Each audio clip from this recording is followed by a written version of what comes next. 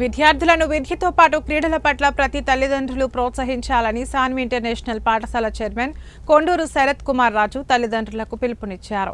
అన్నమయ్య జిల్లా రాజపేట మండలం సాన్వి ఇంటర్నేషనల్ పాఠశాలలో 2024-2025 సంబంధించిన సాన్వి సంగ్రామం క్రీడా పోటీలను ప్రారంభించి ప్రసంగించారు.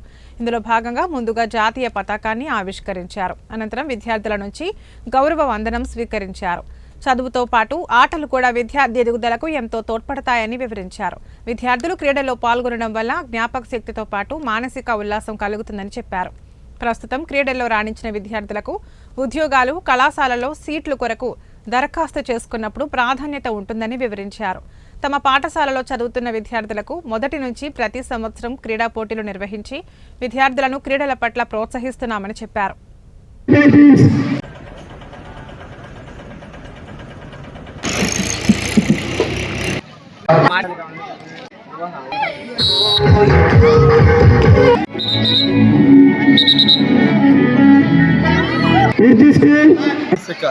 ఫిట్నెస్ కాకుండా ఫిజికల్ ఫిట్నెస్ అనేది మర్చిపోయినారు.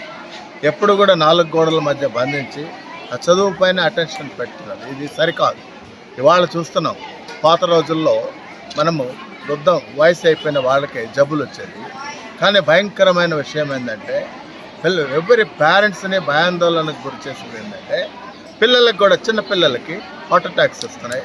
పిల్లలకి ఈ ఆక్సిజన్ తక్కువై వాళ్ళకి బ్రీతింగ్ ప్రాబ్లమ్స్, శ్వాసకోశ జబ్బులు, రకరకాల జబ్బులు వస్తున్నాయి.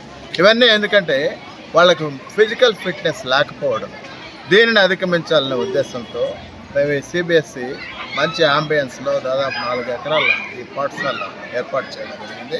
ఎవ్రీ ఇయర్ మేము ఈ పిల్లల్లో ఫిజికల్ ఫిట్నెస్ కావడానికి మా ఒక్క స్కూల్కే కాదు, సాన్వి ఇంటర్నేషనల్ స్కూల్ విద్యార్థులకే కాదు, ఈ పట్టణంలో నలుమూలలోని అన్ని స్కూల్స్, నందలూరు మండలం, కనగలూరు మండలం, మిగిలిన అన్ని స్కూల్స్ కూడా ఒక గొప్ప ఆశయంతో పిల్లల్ని ఫిజికల్ ఫిట్నెస్ కావాలని, గేమ్స్ ఆడించాలని, తద్వారా వాళ్ళు ఈ స్ట్రెస్ని అధిగమించాలనే ఉద్దేశంతో అన్ని యాక్టివిటీస్, స్పోర్ట్స్ కానీ గేమ్స్ కానీ, వాలీబాల్, కబడ్డీ, మిగిలిన sports, long jump, running, every గేమ్స్లో ఇన్వాల్వ్ చేసి ఒక మంచి ఆశయంతో పిల్లల్ని